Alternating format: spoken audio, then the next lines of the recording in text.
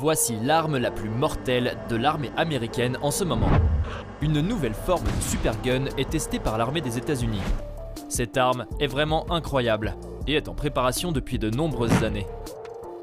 Dans l'un des tests les plus récents, l'arme a pu frapper avec précision une cible qui se trouvait à plus de 70 km. Cette arme n'a rien à voir avec ce que vous avez vu.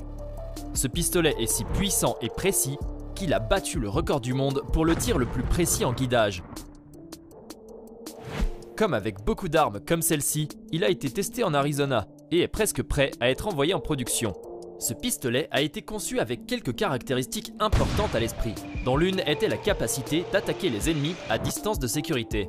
Si cette arme est vraiment aussi efficace qu'elle en a l'air, elle protégerait les soldats contre les représailles, car l'ennemi n'aurait pas d'arme semblable qui lui permettrait de riposter. S'ils peuvent maintenir cette distance incroyable, ce serait l'équivalent de tirer avec une arme depuis la Statue de la Liberté à New York au Nouveau-Brunswick dans le New Jersey. Inutile de dire que cette arme a une grande portée. Bien qu'elle soit complètement fonctionnelle telle qu'elle, les militaires ont encore quelques problèmes à régler, et ils s'attendent à ce qu'elle soit prête à être envoyée au combat d'ici 2023. Connu sous le nom d'Excalibur S, ce dispositif étonnant a été développé aux côtés de Raytheon, une société américaine de contrats de défense. Ce qui amène cette arme loin devant sa concurrence, c'est qu'elle utilise un GPS très avancé pour guider les balles. Ce système utilise une série de lasers qui peuvent cibler des cibles et tirer beaucoup plus précisément qu'un humain ne le pourrait. Pour rendre cela encore meilleur, il peut suivre des cibles en mouvement, de sorte que vous êtes essentiellement garanti de frapper l'ennemi. Les militaires ont parlé de cette arme incroyable et ont dit qu'ils devaient surmonter plusieurs obstacles tout en la développant. Comme vous pouvez vous y attendre, de nombreux systèmes d'armes comme celui-ci sont difficiles à créer parce que les systèmes de guidage peuvent être endommagés lorsque la balle quitte la chambre. Les pressions dans la chambre sont extrêmement élevées et peuvent entraîner des dommages à l'équipement avant qu'il ne s'approche de l'ennemi. Ils ont dû mettre au point plusieurs nouvelles technologies pour contourner cela afin de s'assurer que les obus résisteront à cette pression et au processus de lancement sans détruire l'équipement. L'armée a passé des années et d'innombrables heures à chercher et à développer de nouvelles armes comme celle-ci, afin que si jamais une autre guerre se produisait, ils puissent vaincre leurs ennemis les plus féroces, comme la Russie. La Russie a l'une des forces militaires les plus avancées au monde, et elle travaille constamment sur de nouvelles technologies qui peuvent surpasser ce que les États-Unis ont dans leur arsenal. Tant que les États-Unis continueront de mettre au point des armes à longue portée, comme celle-ci, les responsables militaires disent qu'ils n'ont aucune crainte que le pays puisse prendre le dessus si jamais la guerre éclate. Le canon Excalibur S utilise un châssis d'obusier de gestion intégré M109A7 Paladin. Bien qu'il apporte des changements clés à la technologie, les militaires ont choisi de remplacer le canon de calibre 39 original par un calibre A58 d'environ 9 mètres de long. Cela vient avec plusieurs avantages évidents qui portent ce pistolet à un tout autre niveau.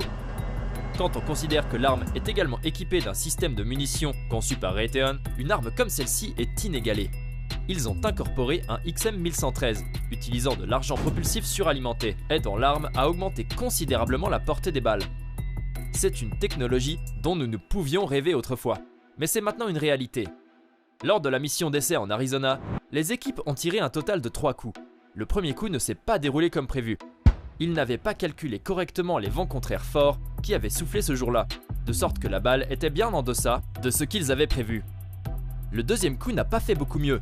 Une défaillance inattendue du système a provoqué un raté, leur donnant très peu d'espoir pour le troisième tir. Cependant, le tir final s'est beaucoup mieux passé que prévu. Ce tir a prouvé aux militaires qu'ils se rapprochent beaucoup plus de cette arme parfaitement réglée et presque prête à être utilisée dans des missions réelles. Ils ont modifié les niveaux de propergol et d'autres facteurs mineurs et ont été en mesure d'obtenir un tir qui était beaucoup plus près de ce qu'ils aimeraient voir dans une zone de guerre. Le colonel Tony Gibbs, gestionnaire des programmes des systèmes d'artillerie de combat de l'armée de terre, s'est entretenu avec des journalistes au sujet de la mission d'essai. Il a dit « Cette démonstration n'est pas une destination, ce n'est qu'un point de repère dans notre campagne d'apprentissage en cours, alors que nous travaillons à réaligner la suprématie américaine dans l'artillerie à canon. » C'est certainement un grand point de connaissance pour nous aujourd'hui. Aujourd'hui, c'est vraiment l'accumulation d'environ 1 an et demi de tests et d'analyses que nous avons effectués sur le projectile Excalibur, pour ce qui est de sa capacité de résister à un environnement plus dur.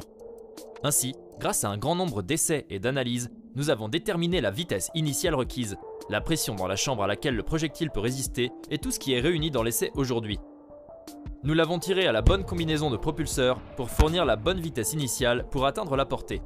Chacun des coups de feu tirés au champ de tir d'essai présentait de légères différences qui aidaient l'armée à documenter l'incidence de ces changements sur le champ de tir et la fiabilité du tir. Ils l'ont fait pour pouvoir recueillir plus d'informations sur la façon dont l'agent propulsif influera sur la balle afin de pouvoir déterminer la quantité exacte d'agents propulsifs dont ils auront besoin pour mener des missions réelles qui pourraient assurer la sécurité du peuple américain. Ils ont appris beaucoup d'informations précieuses tout au long de cette mission d'essai, prouvant qu'Excalibur est capable de survivre à beaucoup de missions qu'ils ont prévues pour elle, bien qu'avec quelques modifications sérieuses, avant qu'il soit prêt à être envoyé à l'étranger dans les zones de guerre. Ils ont prouvé que l'arme est capable de tirer avec succès à des distances allant jusqu'à 70 km, mais ils doivent travailler à obtenir ces séances d'essai pour être beaucoup plus fiables et prévisibles avant que l'Excalibur soit prête à entrer en pleine production.